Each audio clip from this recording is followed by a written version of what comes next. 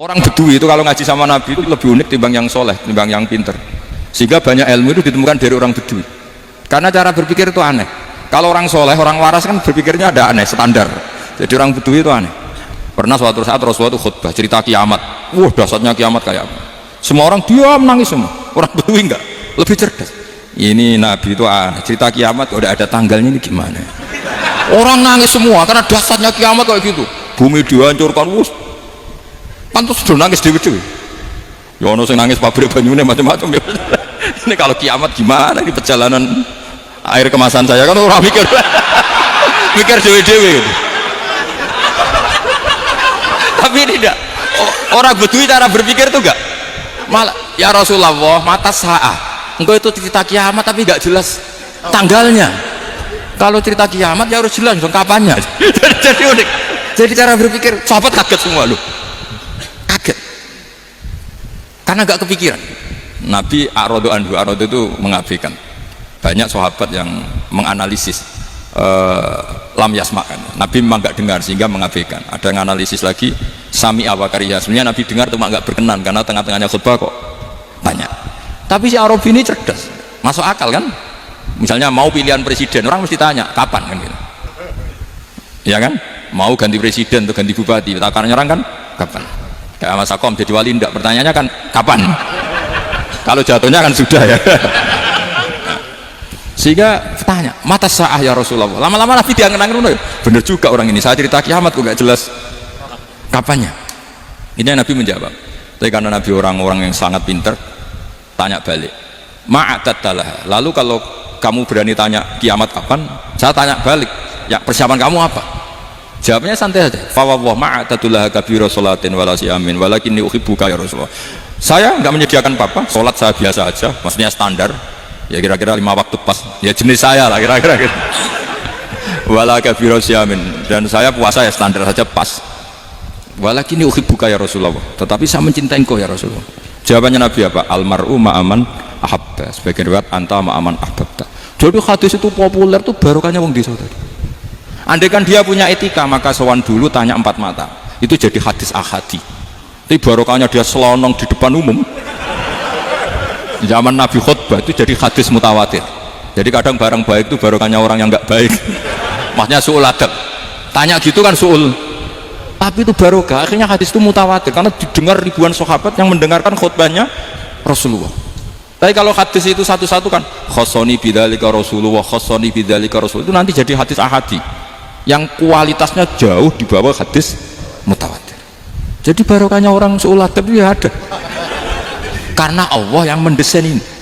Akhirnya kata sahabat, kata Anas bin Malik, mereka itu mangkelnya bukan main sama Arabi tadi karena tanya nggak sopan sama Rasulullah. Tapi setelah Nabi jawab almar'u ma'aman habba fama farihu bisyai'in farahahum bidzalika. Betul, mereka tidak pernah senang dengan hadisnya Nabi sesenang riwayat almar'u ma'aman ahabba. Barokahnya Arabi. Makanya saya sebagai kiai ini Bedui saya tak pertahankan ila yaumil qiyamah. Karena umat ini pernah terbarokahi oleh orang apa? Bedui. Subal barokahi suladab tadi. Jadi mohon ini supaya majelis ini kan majlisul itorti Rasulullah, coba terlatihlah mengatakan Allah itu subjek, Allah itu al-fa'ilul mukhtar, Allah itu al-fa'ilul mukhtar, Allah itu yang menentukan alam ini. Dan Allah mensifati dirinya wa annahu wa adhaka wa abka. Allah itu zat yang memberi orang itu bisa tertawa, dan Allah juga yang memberikan orang itu bisa menangis. Mau kayak apa kamu neror umat, amal nggak mesti diterima gini-gini, ternyata neng majelis nangis ya, mulai ya guyu, kadang guyu-guyunya ngenyak tenang nih. Daripada apa ya agak-agak merodok orang yang dohirnya beda dengan batinnya, nggak perlu distatuskan seperti itu. Ya sudah biasa saja. Jadi nah fi muqaddimihim, imam besar dalam manhaj ini namanya Abul Hasan apa? Asyadili. Abul Hasan Asyadili itu kalau ada orang tanya gini, beb saya ini susah, sholat saya tidak mesti diterima Allah gini-gini, marah. Gak usah. Kafa bika jazaan an radiyaka laka ahlan. Sudah kamu ditakdir pernah sujud itu sudah keren. Saya itu andaikan dapat kabar dari malaikat bahwa sholat kamu tidak diterima, saya tidak susah. Bukan karena sombong. Pernah ditakdir sholat sujud ning Allah itu keren. Kayak apa malunya kita ketemu Allah kemudian kita di bumi tidak pernah sujud. Makanya cara Abul Hasan Asyadzili kowe ora usah mikir salatem ditampa ta ora usah mbok mikir. Kowe ditakdir tau sujud tuh hebat. Kafa bika jazaan an radiyaka laka ahlan. Cukup kamu mendapat balasan dari Allah, kamu pernah ditakdir sujud. Gak perlu ngaji alim alama, gowo sawi ngalor ngidul jalalan keren. Paling gak malaikat pernah melihat kamu, gowo tak kitab gudi. Gak penting pahammu gak penting. Karena isra bakat paham ngono. Jadi Abul Hasan Asyadzili adalah orang yang, dan itu Al-Hasani ya, dan itu Al-Hasani. Makanya macam-macam kita yang Al-Husaini sudah kita punya Faqih Muqaddam, punya banyak. Di Al-Hasani yang paling populer diantaranya adalah Abul Hasan Asyadzili. Beliau itu kalau ngendikan sesuatu itu positif terus. Termasuk itu ketika ada orang resah sholat saya diterima ndak, kata beliau wes yang support nang ditakdir tahu sujud. Saya itu sebetulnya kadang-kadang yang miris, wah sholatku tompo tora, tapi saya sangat sadili, sangat sadili. Saya nggak pernah berdoa ya Allah ibadah kami jenengan terima ndak, karena takut kalau doa gitu keterusan itu terus ditompo ora ya. Akhirnya keterusan gitu, akhirnya ngenes. Masa orang pernah sujud ngenes? Lama-lama dini setan masuk, apa artinya saya sujud ternyata nggak diterima. Lu wong kawula kok iskal tentang pernah sujud. Itu kan ibarat gini, kamu ngasih uang sama orang tua kamu, misalnya Habib Soleh ngasih uang Habib Ali, terus apa artinya tak kasih, kemudian beliau tidak terima kasih, itu kan lucu. Terima kasih tidak terima kasih, seorang anak ngasih orang tua itu keren. Makanya saya bangga dengan Habib Soleh ketika beliau mengumrohkan Habib Ali, sudah mendaftarkan haji Habib Ali. Nggak usah mikir diterima apa enggak, wes keren, itu sudah perilaku yang keren, yang hebat. Makanya saya sering pada orang mau cerai tanya saya, Gus saya ini cerai gak, istri saya kurang ajar gini, gak usah. Lalu bojo kula judes, uang di bojo itu keren, paling gak kowe ra darani jomblo.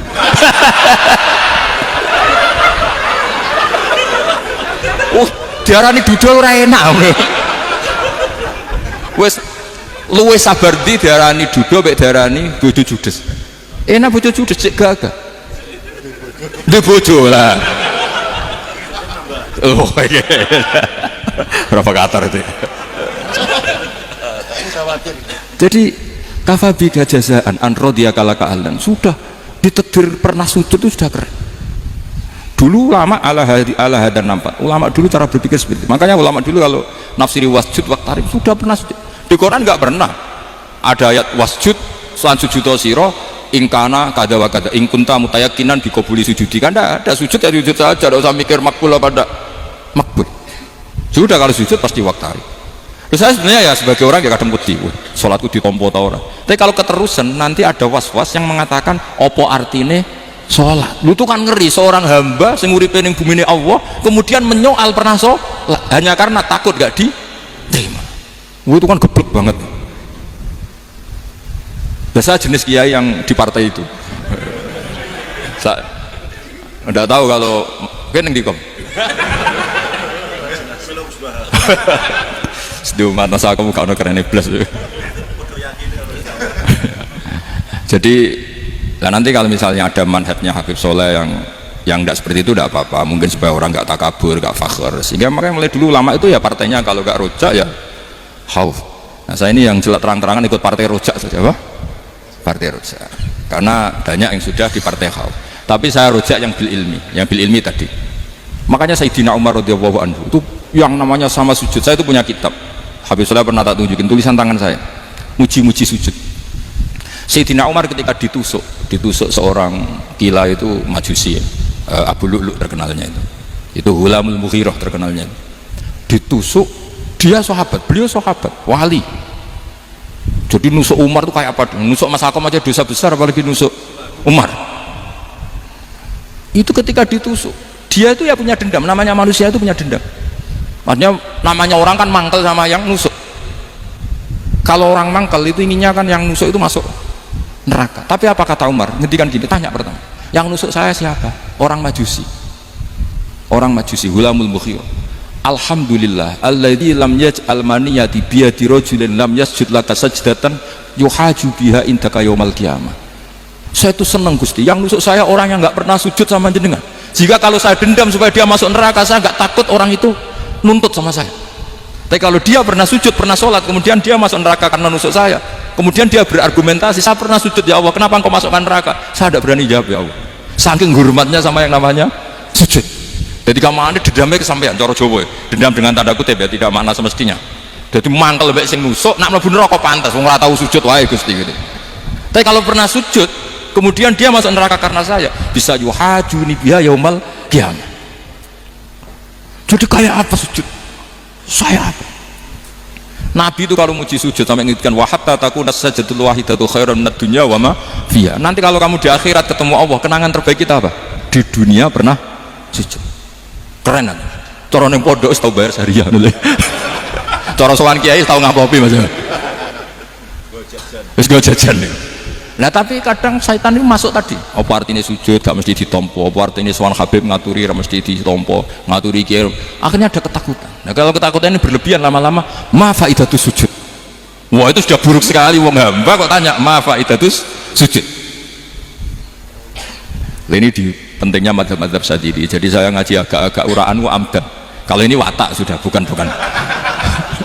Jadi uraan itu ada dua, ada yang amdan bismil ilm, ilmunya banyak terus milih manhaj. Insya Allah saya partai itu. Nah, ada yang uraan bakat Mas. Ada ya? Ada apa banyak? Nah sebetulnya khauf juga gitu Bim. Ada khauf itu karena ilm. Ada Habib alim alama atau kiai alim alama, dia tahu masyarakat kalau ngikuti Gus Bak nanti jadi fakhr, kurang tawaduk, terus dia milih partai khauf. Lah yang buruk itu ada kiai yang milih khauf pancen dari awal sati cilik. Jenisnya wis sati. Jadi sebenarnya dia tidak cukup ilmunya nerangkan khauf, cuma jenisnya wis sati cilik. Wong ning omah lawang dikunci ono gludek-gludek, ono hantu putih. Jadi ya sama, yang bawa rojak bisa bawaan dablek, yang bawa khauf bisa saja bawaan ati cilik. Nah kita ingin yang bawa rojak ya bismil ilm, yang bawa khauf juga bismil ilm. Ya ono teh Mas, wong sing ati gede mengene dua blek, tapi enggak bawaan rojak, memang bawaan dablek. Ada yang ati cilik tapi bawaan khauf. Jadi mengatakan khauf tapi sebetulnya bawaan ati cilik. Nah kita inginnya ndak, kalau rojak bismil ilm kayak Abdul Hasan Asy-Syadzili, kalau yang kampanye khauf kayak Sayyid Abdul Haddad bawaan apa? Ilm. Sehingga kita ini kul inni ala bayyinati mir rabbi, semua itu berdasar ilmu sing jelas wilo-wilo. Makanya semua nabi memaklumatkan apa? Kul inni ala bayyinatim mir rabbi. Jadi semua ilmu syaratnya apa? Bayyinah itu kebenaran ilmiah sing jelas wilo-wilo. Makanya itu yang disebut Allah Subhanahu wa taala mensifati kekasihnya yaitu Nabi Muhammad sallallahu alaihi wasallam, lam yakunil ladzina kafaru min ahlil kitabi wal musyrikina munfakkina hatta ta'tiyahumul bayyinah rasulun minallah yatslu suhufan mutahharah. Niku Kanjeng Nabi saking cerdas meneh dek wong Islam, wong musyrik, wong kafir ngerti logika yang dibangun Nabi saja kuat infikak dari kemusyrikannya. Makanya disebut munfakin. Orang-orang musyrik, orang-orang kafir tidak munfakin, tidak tercerabut dari akar akidahnya hatta ta'tiyahumul bayyinah. Itu siapa? Rasulun minallah yatslu suhufan mutahharah. Masyhur itu debatnya Nabi dengan orang-orang musyrik. Mereka bilang, ya Muhammad, kita ini urusannya banyak, kasusnya banyak, lalu anda mengajarkan ke Tuhan satu. Masa urusan banyak cukup Tuhan satu? Itu enggak fair Muhammad. Aja'alal alihata ilaha wahida inna hadza la syai'un ujab. Urusan kita banyak, masyakil kita banyak, muskilah kita banyak. Kalau Tuhannya satu enggak cukup Muhammad. Nabi dengan santainya memberi penjelasan. Ya sudah gini saja.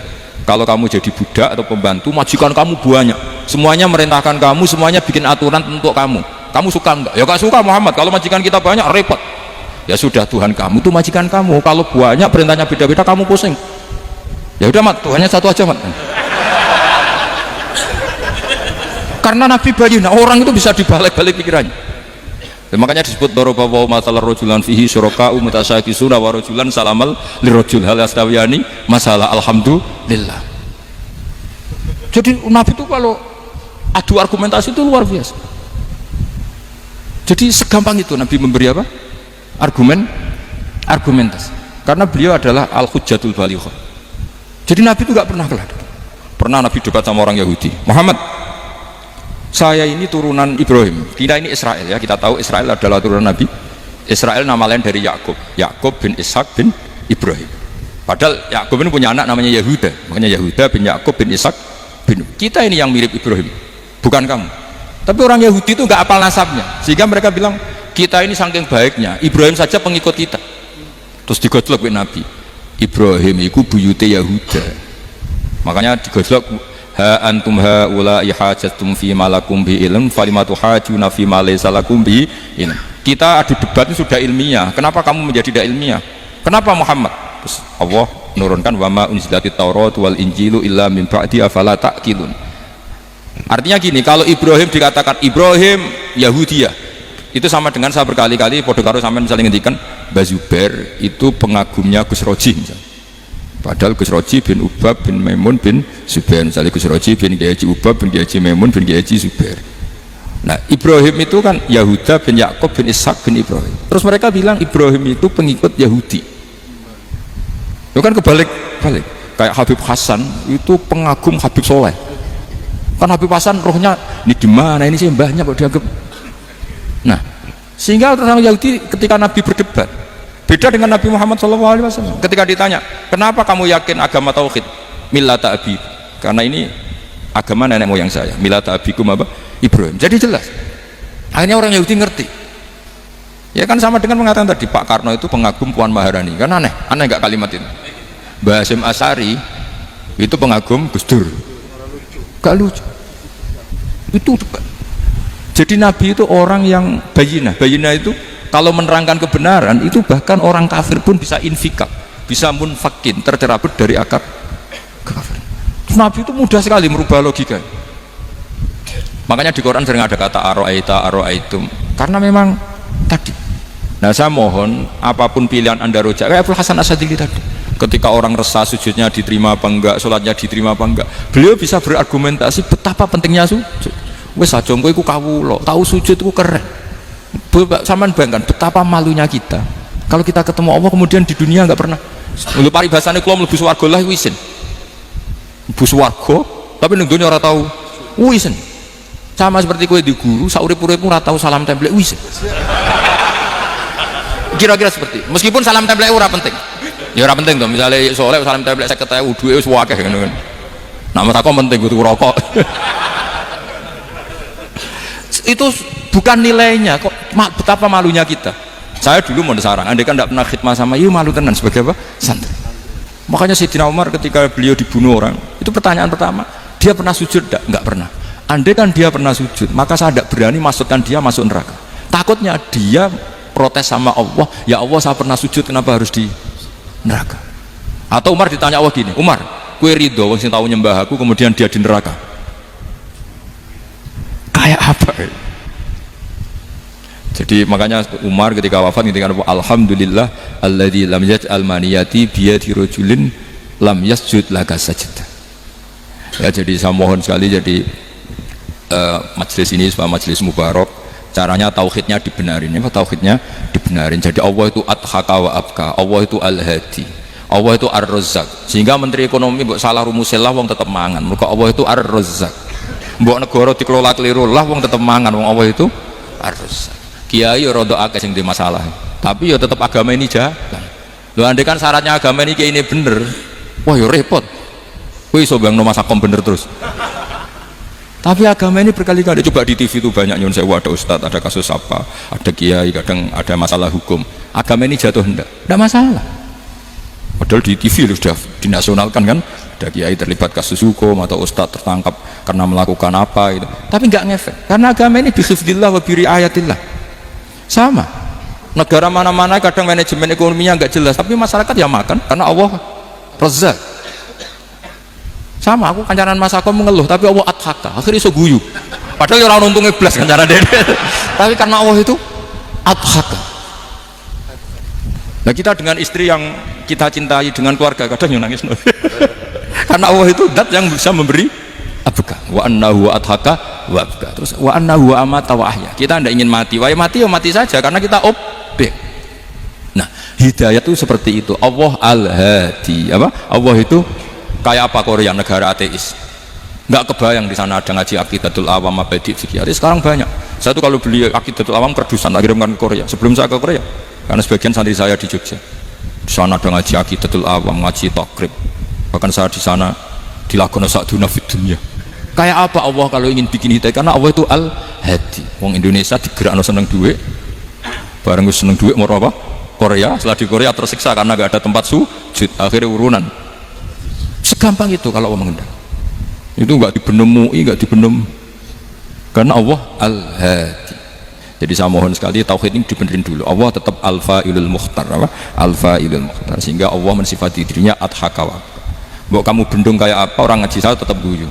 Sekarang iso mbuli saya, oh Gus Bak ngaji tidak guyu. Allah yang memberikan guyu kamu itu. Andai kan sesuai status kamu, kowe ora ngarep guyu, utang akeh, jatuh tempo, bojo ora percaya. Gede-gede kayak paham. Ya, jadi ini tak isyatkan jenengan. Saya ini tadi bawa kitab Fathur Rahman di Tolibi ayat Quran, mau tak kasihkan hadiah ke Sayyid Umar Hafid sebagai penyempurna karena beliau sudah Al-Husaini. Semoga ini dapat barokahnya Al-Hasani. Ini dikarang oleh zuriyahnya Abdus Salam bin Masis. Abdus Salam bin Masis adalah guru dari Abdul Hasan apa? Asyadili. Jadi kita tahu Sahibul Hikam Ibnu Athaillah As-Sakandari muridnya Abdul Abbas Al-Mursi. Beliau muridnya Abdul Hasan Asyadili. Beliau muridnya Abdus Salam bin Masis. Itu alami zata ini min dzurriyyati Abdus Salam bin Masis. Jadi ini Al-Hasani. Jadi ini sudah klub karena mulai dulu ya tradisinya gitu, banyak sabaib ngaji barojak bafadol, nanti yang bafadol barojak yang ngaji Habib lagi, seperti sanadnya Soleh di Sarang ya, Soleh ngaji Mbah Mun, tapi Mbah Mun ngaji Sayyid Alawi Sadat ya, ngaji Sayyid Zaini Dahlan, nanti setelah Sayyid Zaini Dahlan ngaji Ajam lagi Usman Adim Yati. Jadi ya biasa mulai dulu silsilah ya seperti itu. Jadi seperti dulu Ibnu Abbas termasuk Qorobatul Rasulillah. Jadi dulu Qorobatul Rasulillah itu Bani Hasyim sama Bani Muttalib. Tapi kalau sekarang ya tentu para Sadat, para Habaib. Dulu biasa Ibnu Abbas ngaji ke Zaid bin Sabit. Itu Ibnu Abbas yang mencium tangannya Zaid bin Sabit. Tapi Zaid bin Sabit juga mencium tangannya Ibnu Abbas karena Qorobatul Rasulillah Shallallahu Alaihi Wasallam. Jadi saya mohon semuanya itu insaf bil ilm ya, insaf bil ilm. Kayak tadi munfakina hatta ta'tiyahumul bayyin. Jadi bayyinah